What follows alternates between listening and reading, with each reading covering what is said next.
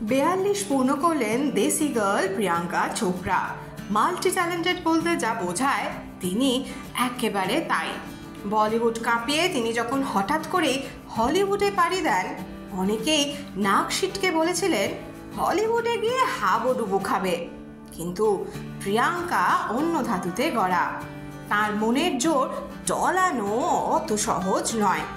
কিছুদিনের মধ্যেই আটলান্টিকে সুনামি এনে হলিউডে জাঁকিয়ে বসলেন।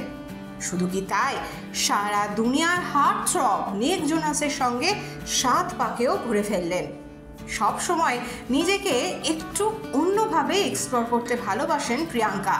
আর তাই তো অভিনয়, গান, মডেলিংয়ের পাশাপাশি প্রিয়াঙ্কা চোপড়া একজন সফল ব্যবসায়ীও বটে। আচ্ছা, একা প্রিয়াঙ্কা চোপড়ার নেটওয়ার্থ কত বলতে পারেন?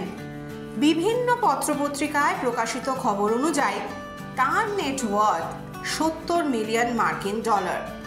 আর নিক জোনাসের সঙ্গে মিলে গেলে অর্থের পরিমাণ গিয়ে দাঁড়াবে প্রায় 150 মিলিয়ন মার্কিন ডলার। অ্যানোমালি নামে তার বিউটি ব্র্যান্ড রয়েছে। হেয়ার কেয়ার প্রোডাক্টের এই ব্র্যান্ড প্রথমে আমেরিকায় আত্মপ্রকাশ করে। তারপরে 2022 সালের অগস্টে প্রিয়াঙ্কা সেই ব্র্যান্ড নিয়ে আসেন ভারতে।